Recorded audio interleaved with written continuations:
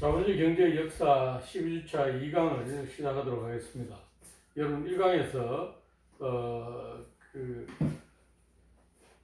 서비스 산업의 감정노동과 관련된 사례들을 설명을 드린다고 말씀을 드렸죠. 그래서 2008년도에 루 등의 연구자들이 미국 소매 체인점 직원 211명을 조사한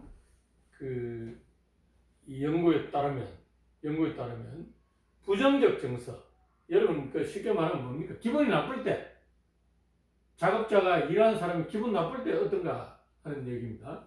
기분이 나쁠 때는 진심으로 행동하지 않고 가식적으로 행동한다, 표면 행동한다.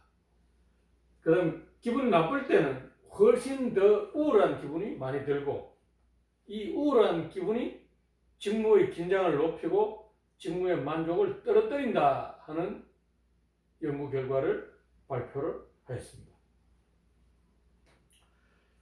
여러분, 우리가 인간이 갖고 있는 지능 IQ라고 하죠, 흔히.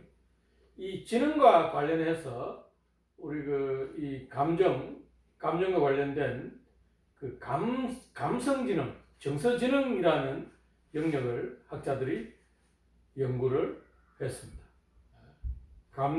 감정노동에 이어서 이 정서지능, 감정지능이 대단히 중요하다. 그러니까 사람을 상대하는 이런 직무, 서비스 산업에 종사하는 노동자들은 이 정서지능이 높은 사람이 훨씬 더 고객을 잘 응대할 수 있다 하는 이런 얘기입니다. 정서지능은 4가지의 하위 요소로 이루어져 있는데, 첫째 하나는 자기 정서를 이해하는 능력입니다. 자기 정서. 자기의 기분이나 감정을 잘 안다는 거죠. 두 번째는 자기 정서를 조절하는 능력입니다. 여러분 분노 조절 장애 이런 말들 들어보셨죠? 분노 조절 장애, 그죠? 조금만 이래도 갑자기 화를 내는 이런 사람들 있다, 그죠? 자, 그 다음에 세 번째로는 타인 정서를 이해하는 능력. 남의 기분을 잘 아는 사람. 여러분 주위의 친구들 보면 어떻습니까? 저 눈치 없다 그러면 하죠. 남의 기분도 잘 모르고 그 집단의 분위기도 파악하지 못하는 사람을 우리는 눈치 없는 사람이라고 부릅니다. 그 다음 자신의 정서를 활용하는 능력. 이 4가지 부분 요소들이 개인의 정서 지능을 구성하고 있다, 이렇게 학자들은 주장하고 있습니다. 2010년도에 고려대학 연구팀인 김성은 박사와 문형구 교수는 직장인 341명을 설문조사를 해보니까 리더가 가지고 있는 정서지능이 부하의 정서적 몰입을 높인다.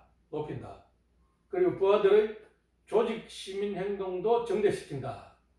그러니까 리더가 이 정서지능이 높을수록 그 리더와 같이 일하는 구성원들은 이 양심적인 행동을 하고 스포츠맨십 정신을 가지고 직장에서 일하고, 또 어려움에 처한 동료들을 자발적으로 도와주는 행동을 하더라 하는 것을 알아내었습니다. 우리 정현우 교수는 2007년도에 직장인 481명을 설문조사해서 정서지능은 직무 만족, 조직 몰입, 혁신 행동, 조직 시민 행동에 정의 영향을 미친다 하는 것들을 밝혀내었습니다. 여러분, 정서노동, 정서지능, 자본주의 사회가 서비스 사회로 점차 발전해 가면서 이 정서노동이 중요한 이슈가 되고, 또 정서지능이 또 대인관계 업무에 대단히 중요하다 하는 말씀을 드렸고요. 본격적으로 오늘 12주차 2강에서는 이제 노동조합, 자본주의 경제에서 노동조합 측면을 얘기를 했다면, 이제 그 경영자, 기업인의 측면을 우리가 설명을 할 시기가 된 것 같습니다. 자본주의 경제의 핵심은 여러분 노동이 가치를 생산한다 하는 데 있지만 자본주의 경제를 움직이는 핵심은 여러분 기업입니다. 기업, 그죠? 기업이다. 기업. 여러분이 사용하고 있는 물건들 생각해 보십시오. 자, 여러분 지금 쓰고 있는 컴퓨터, 스마트폰, 신발, 옷, 농구공, 이런 여러분 스스로 만들어서 사용하고 있습니까? 그렇지 않죠. 이걸 누가 만듭니까? 여러분 아버지 어머니가 만들어 주셨어요? 아니죠. 기업에서 다 만들었단 말이에요. 기업에서 만든 그 상품을 여러분이 돈을 주고 구입해서 사용하고 있지 않습니까? 그죠? 자, 그러니까 자본주의 경제에서는 기업에서 교환 가치, 이 이윤을 목적으로 상품을 만들어서 판다는 거죠. 그죠? 파는 이 상품과 서비스를 생산하는, 제공하는 이런 존재가 바로 기업입니다. 기업이다. 그리고 그 기업 중에서 자본주의 사회의 기업이 여러 유형의 기업이 있습니다만 그 중에서 가장 중요하고 대표적인 기업이 바로 뭐겠습니까? 주식회사입니다. 주식회사. 그래서 12주차 2강에서는 자본주의 경제의 핵심인 기업과 주식회사에 관해서 좀 더 구체적으로 여러분께 설명을 드리도록 하겠습니다. 자, 그럼 주식회사 설명하기 전에 여러분 기업이 뭡니까? 기업? 여러분 알고 계시는 기업도 있죠? 그 기업 이름을 머릿속에 떠올려 보세요. 현대자동차, 주식회사 현대자동차, 포스코, 삼성전자, 미국 기업 제너럴 일렉트릭, 그 다음에 미국 자동차 회사 GM, 포드, IBM, 이 전부 그 기업들이죠. 기업, 그죠? 기업이다. 자, 그럼 기업은 무엇이겠습니까?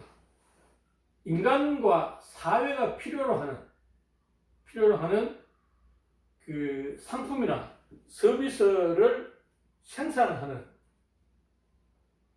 경제 주체이다. 개별 경제 주체이다. 이렇게 우리가 설명을 하고 있습니다. 기업은 기업의 목적은 뭐겠습니까? 인간의 욕구, 사회의 필요, 이걸 충족시키는 데 있단 말이에요. 그죠? 여러분 기업 생각해 보십시오. 이 사람 필요 없는 물건 만드는 게 있습니까? 없죠. 여러분 요즘 그 반려동물 많이 키우고 있죠. 여러분 아마 강의 듣는 학생들 중에서도 집에서 개나 고양이 키우는 학생들이 있을 텐데, 개나 고양이 사료, 과거에는 개를 제가 어릴 때만 해도 개 사료를 어디 그 가게 가서 사온다 이런 것은 상상을 못했습니다. 우리가 개밥을 주고 하면 그 사람이 먹고 난 나머지 이 찌꺼기를 해서 개에게 주고 이렇게 했죠. 이렇게 했는데 이제는 뭡니까?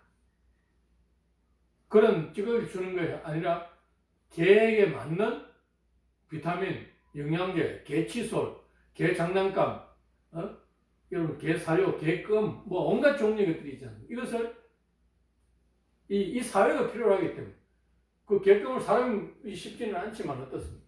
사람이 아끼고 좋아하는 개에게 주는 거죠. 자, 그래서 제가 얼마 전에 저희 집 앞에 산책을 나갔었는데 어떤 그 주민들이 반려견을 데리고 산책을 나갔더라고요. 그래서 제가 그 보는 순간 이런 생각이 들었습니다. 야, 저분에게는 자기가 기르는 개보다 못한 존재일 것이다. 이런 생각이 순간적으로 확 들었어요. 그래서 내가 한편은 슬프기도 하고, 야, 이게 참, 개가 이제 사람보다 이렇게 더 대접받는 그런 시대에 내가 살고 있는가 하는 생각이 들었었습니다. 자, 여러분 기업은 그러니까 방금 말씀드린 것처럼 이 사회나 인간이 필요로 하는 물건을 생산하는 이 그런 목적이 있습니다. 목적이 있다. 분명한 이 욕구를 충족시키려는 이런 목적을 가지고 있는 존재가 기업이다. 두 번째, 기업은 뭔가를 생산하거나 제공하는 서비스도 생산한다 하면 여러분 잘 좀 이해가 안 되실 텐데 서비스 제공, 그다음 생산, 물건, 상품들 이거 다 생산하는 거죠, 그죠? 서비스 제공하는 이런 것들. 자, 그다음 기업은 또 뭡니까? 자선 단체 아니죠, 여러분? 기업은 그죠? 이윤을 추구하는 경제 주체입니다. 기업이 이윤을 내지 못하면 계란을 낳지 못하는 암탉이나 우유를 생산하지 못하는 젖소와 마찬가지로 쓸모없는 존재가 될 것이다. 그 기업은 반드시 그 이윤을 중요한 목표로 하고 있습니다. 물론 초창기의 기업에서는 이윤 극대화의 원칙, 이윤을 극대화하는 것이 대단히 중요한 목표였지만 오늘날 이해관계자 자본주의, 기업의 이해관계자들이 여러 유형들이 등장하는 그런 시대에는 기업이 이윤만을 최고의 목표로 할 수는 없죠. 그렇게 하면 장기적으로 생존하거나 성장, 발전할 수 없습니다. 그죠? 자, 이런 기업은 이런 세 가지 중요한 측면이 있고요. 그 다음에 기업이 하는 일을 살펴봅시다. 여러 가지 기능들이 있다 이렇게 설명합니다만 저는 기업이 하는 일을 아주 두 가지 측면에서 설명을 드리고자 합니다. 첫째 하나는 기업은 생산의 기능을 수행하고 있습니다. 생산. 뭔가 새로운 걸 만들어낸다. 그죠? 상품, 시장에서 사고 팔리게 할 수 있도록. 서비스, 그죠? 자, 여러분 택배 생각해 보십시오. 그죠? 택배. 그리고 아마 인구가 많은 대도시의 그 밀집한 그런 아파트 단지 같은 데서는 이제 집에서 밥을 하지 않고 아침에 이 신선한 식사를 돈만 주면 매일매일 새롭게 배달해주는 이런 서비스가 진행되고 있습니다. 여러분 이제 그런 걸 만들어서 제공해 주는 거죠. 제공해 준단 말이죠. 자, 그 다음 두 번째는 자, 이런 생산 활동을 하기 위해서 기업은 어떻게 해야 됩니까? 사람을 고용해야 되죠. 여러분 원숭이나 돼지, 소를 고용해서 과자 만들었다 얘기 들어보셨어요? 사람이 기계를 활용해서 만든단 말이죠. 물론 공상과학 소설에 로봇이 등장해서 이 사람을 이렇게 대신해서 세상을 통치하는 이런 내용들도 있습니다만 아직까지는 사람이 직장에서 일을 하죠. 그러니까 기업에서는 사람을 고용한단 말이죠. 일자리를 제공한다는 거죠. 이걸 학문적인 용어로는 고용 창출이라고 합니다. 자, 여러분 요즘 청년들이 대학을 졸업해도 직장을 본인이 선호하고 월급을 많이 받을 수 있는 이런 직장을 못 가는 청년들이 청년구직난 얘기하고 있죠. 자, 그럼 청년구직난 해결하기 위해서 어떻게 해야 되겠습니까? 정부에서 공무원을 많이 뽑으면 되겠습니까? 그것도 일부분 해결책이 되겠습니다만 결국은 좋은 기업들을 많이 창업해서 거기에서 젊은이들이 일할 수 있도록 해야 되겠죠. 그러니까 기업이나 경영자를 중시하고 그 사람들을 존중하지 않는 사회는 활력이 없고 일자리도 줄어든다 하는 것들을 우리는 이 기업이 하는 일을 알게 됨으로써 자연 알 수 있다는 것입니다. 여러분들도 이 기업이나 경영자가 그만큼 중요한 역할을 하고 있다 하는 것을 늘 생각하고 계셔야 할 것입니다. 자, 청년 실업을 해결하기 위해서 청년 구직난을 해결하기 위해서 정부에서는 창업을 대단히 강조하고 있습니다. 창업, 청년 창업 스쿨, 뭐 창업 아카데미 이런 걸 만들어서 대학에 뭐 창업 보육센터 같은 걸 만들어서 정부 돈을 지원해주고 젊은이들 뽑아서 교육시키고 하죠. 자, 여러분도 아마 창업을 하겠다 하고 마음먹은 사람들이 있을 터인데, 자, 창업하려면 어떻게 해야 됩니까? 세 가지 있어야 되겠죠. 사람이 있어야 된다. 창업하는 사람. 두 번째, 사업의 아이디어가 있어야 된다. 아이디어. 그러니까 무슨 아이디어로 돈을 벌 것인가, 무슨 아이디어로 기업을 만들 것인가 생각해야 되겠죠. 세 번째로 뭐 필요합니까? 사람하고 아이디어만 있으면 됩니까? 미천이 있어야 돼요. 미천. 장산 미천 뭐죠? 그게 우리나라 옛날 어른들이 장산 미천이 없다 이런 말을 했는데, 장산 미천이 뭡니까? 자본이다. 자본. 돈이죠. 돈. 사업을 하는데 필요한 종잣돈이 있어야 된다. 자본금이 있어야 된다. 그죠? 자, 그래서 창업을 하기 위해서는 사람과 사업 아이디어, 자본이 있어야 되고, 또 창업에서 대단히 중요한 것이 여러분 세 가지인데, 하나는 시장 조사입니다. 여러분, 내가 아주 좋은 아이디어가 있어 당장 이 사업하면 떼돈을 벌 것 같아도 많은 사람들이 여러분과 같은 생각을 하고 있다. 이미 그런 좋은 아이디어를 사업한 사람도 있는 거예요. 그죠? 자, 그러니까 시장 조사를 철저히 해봐야 된다. 시장 조사. 그 다음 두 번째는 사업 계획서를 반드시 작성해 봐야 된다. 사업 계획서, 그죠? 자, 서술적으로 통상 뭐 25페이지, 35페이지 정도 되는 서술문, 글을 써보는 거예요. 내가 사업 계획서, 그죠? 사업 계획서. 이런 사업에 관해서 사람은 아이디어는 어떻고, 입지는 어디에서 하면 되겠다. 또 아니면 자, 내가 그러니까 뭐 여러분 고양이들 데리고 와서 노는 카페를 창업한다.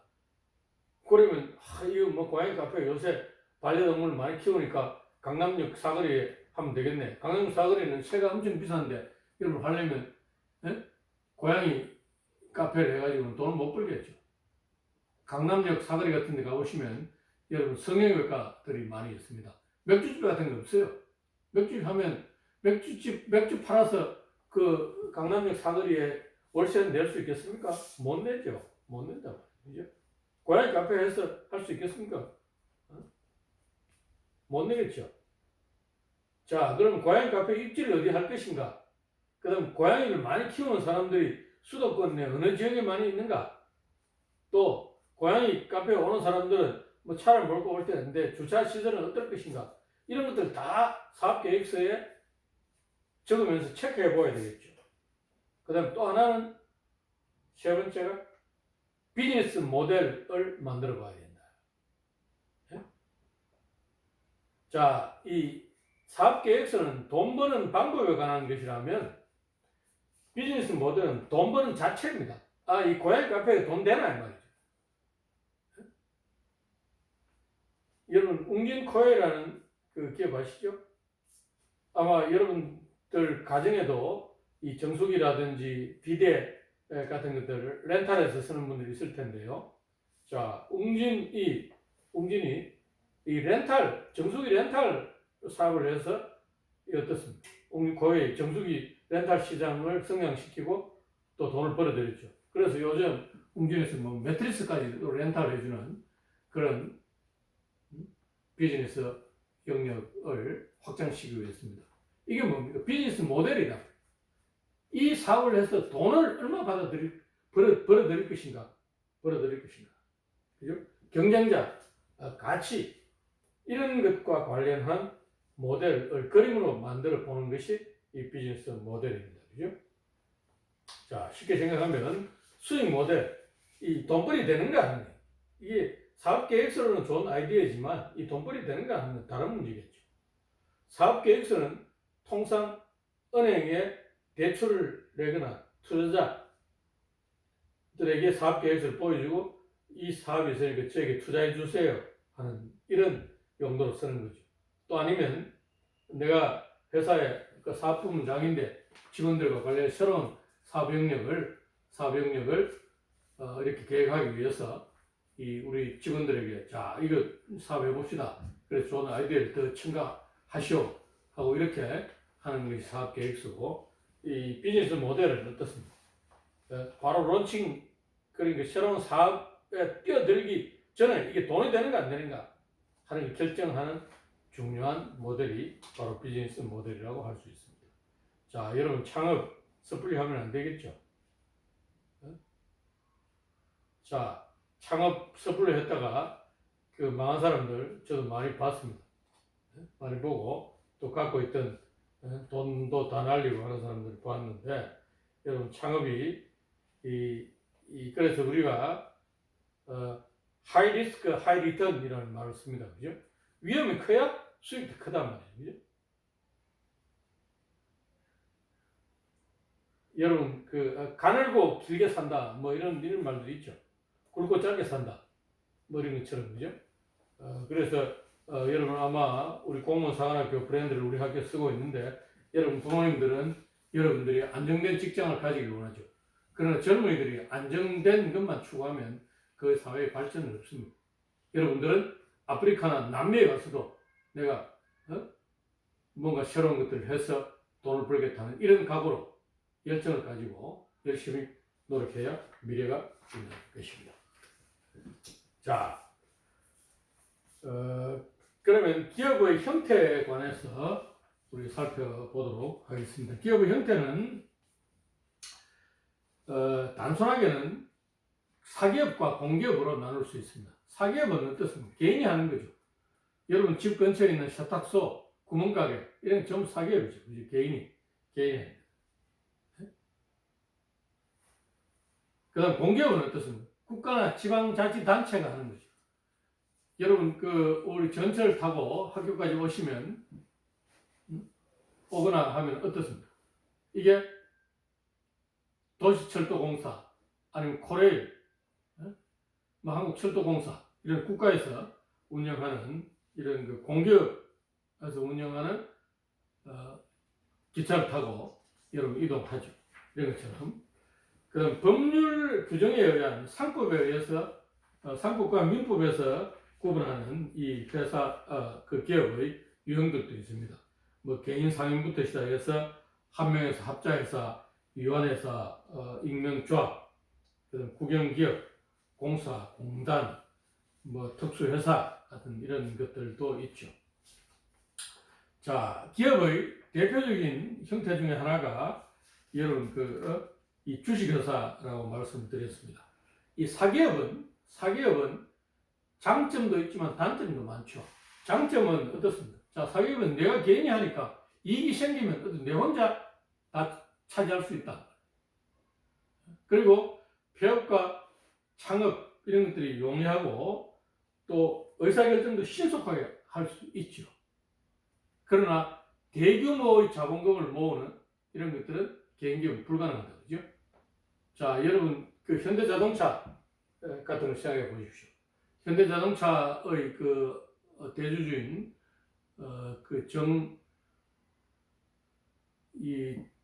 정의선 회장, 그다음 정의선 회장 아버지 이런 분들이 돈을 많이 갖고 있지만 새로운 신차를 하나 개발하려면 5천억 뭐 이렇게 투자해야 되고 그다음 해외 공장을 세운다. 엄청난 돈이 들겠죠. 이 혼자서 돈을 다 낸다? 불가능하겠죠. 어떻게 합니까? 유상증자라 해서 외부에 있는 많은 사람들에게 주식을 이렇게 팔고 돈을 받아서 그 돈으로 공장을 짓고 새로운 신차를 개발하는 R&D 자금을 활용하고 이렇게 하죠. 그것이 이제 주식회사의 아주 장점입니다. 주식회사는 대규모의 자본을 모을 수 있다. 자, 그럼 주식회사를 좀 더 설명을 드리도록 하겠습니다. 여러분 주식, 그죠? 주식은 영어로는 스탁이라고 합니다. STOCK, 스탁, 그죠? 스탁. 주식을 가지고 있는 사람을 주주라고 부릅니다. 그죠? 주주라고 부른다. 주주라고 부른다. 자, 주식회사와 이런 기업들, 자, 여러분 개인과 이 주식회사는 등기를 하는데요. 법률적 등기한다는 것은 법적으로 인격을 부여받는 이 법인이라고 합니다. 법인이다. 여러분이나 저는 자연인이지 않습니까? 태어나면서부터 천부적인 인권을 가지고 있는 거죠. 그래서 여러분들이 일정한 나이가 되면 결혼도 부모의 동의를 받지 않더라도 결혼할 수 있고, 여러분 이름으로 차도 살 수 있고 집도 살 수 있다. 그런데 기업이 법인이 되면 어떻습니까? 주식회사 이름으로 여러 가지 재산을 가질 수 있다. 그죠? 자, 이 주식회사는 좀 더 그 13주차에 좀 더 설명을 드리도록 하겠습니다. 오늘 12주차 2강은 여기까지 설명을 드리도록 하겠습니다. 여러분 고맙습니다.